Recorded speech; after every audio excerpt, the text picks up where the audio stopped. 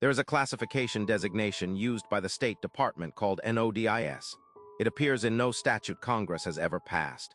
No one voted for it, and it has existed since the Kennedy administration to ensure that the most consequential diplomatic communications your government sends leave no retrievable record.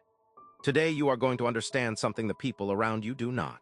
Every message the State Department sends moves through a cable system. That system logs traffic, assigns reference numbers, and feeds an archive that historians and journalists can eventually access through the Freedom of Information Act. That is the official story. That story is incomplete. A message marked NODIS no distribution does not enter the normal cable log. It travels only to the specific individuals named on the address line. No reference number, no filing copy, no archive entry. The communication exists. The policy it contains gets implemented. The document that recorded it was placed outside the reach of every historian, every journalist, and every FOIA attorney before any of them ever knew to ask. The rule book that authorizes this is called the Foreign Affairs Manual. It is an internal administrative document written by the State Department for the State Department about the State Department, not Congress, not a treaty, not any elected body. The agency created the instrument that allows it to conduct diplomacy in a channel that leaves no retrievable public record. It did not announce this. There was no press release. The designation is classified at the level of its own traffic. The modern cable system took shape in the early 1960s. State Department officials, watching how sensitive military communications were compartmented, built a parallel structure into their own system. NODIS was placed at the top of that structure. It gave the Secretary of State, and anyone delegated that authority, the ability to send communications that would exist only in the memories and personal files of their named recipients. There was no Senate confirmation hearing for this decision, no committee markup, no floor vote. A career administrative instrument created the most sensitive channel in American diplomacy, and the people who created it were the same people who would use it. Who controls NODIS today is the same answer as who controlled it in 1962. The Secretary of State, the Deputy Secretary, senior regional bureau chiefs, and in practice Foreign Service officers who have been inside long enough to know when something should not be findable. That phrase is doing a lot of work when something should not be findable. There is no published checklist for when a cable earns NODIS rather than a standard classified marking. It is a judgment call made inside an institution that has determined, for itself, what the public record will and will not contain. Remember, no one voted for that authority. In November 2010, WikiLeaks published 251,287 State Department cables. It was the largest diplomatic leak in history. Governments fell. Ambassadors were expelled. Everyone assumed this was the whole picture. It was not.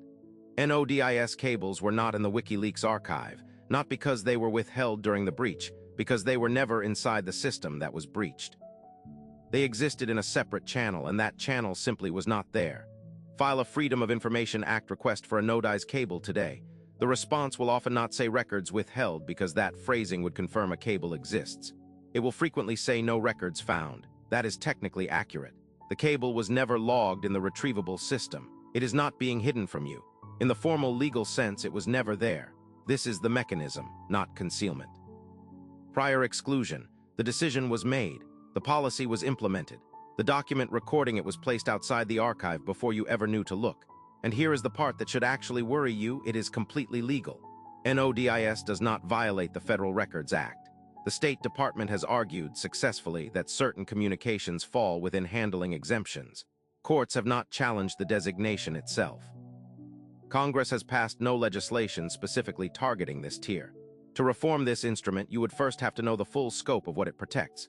That information is inside the NODIS cables. You cannot audit the instrument using the instrument's own output. The lock is structural. The mechanism that must be examined to be reformed is the same mechanism that prevents its examination. Every institution you can name has a version of this. The CIA has compartmented channels that exist in directives you cannot read. The National Security Council uses back-channel communications that never enter the standard record. The Defense Department has classification tiers built entirely from internal procedures, not from law. The State Department's cable system is simply the version that became briefly visible in 2010. What surfaced in that moment was the edge of a much larger architecture. 251,000 cables, and the most consequential ones were not among them. What this tells you is that the record you are allowed to see was constructed to be the record you are allowed to see. Its boundaries are not incidental. They are a design decision made without your input by the people whose decisions it documents. The question that has never been answered is this: how many of the decisions that shaped the last 60 years of American foreign policy exist only in a channel that will never be archived, never be released, and will simply disappear when the last person who received that cable is gone?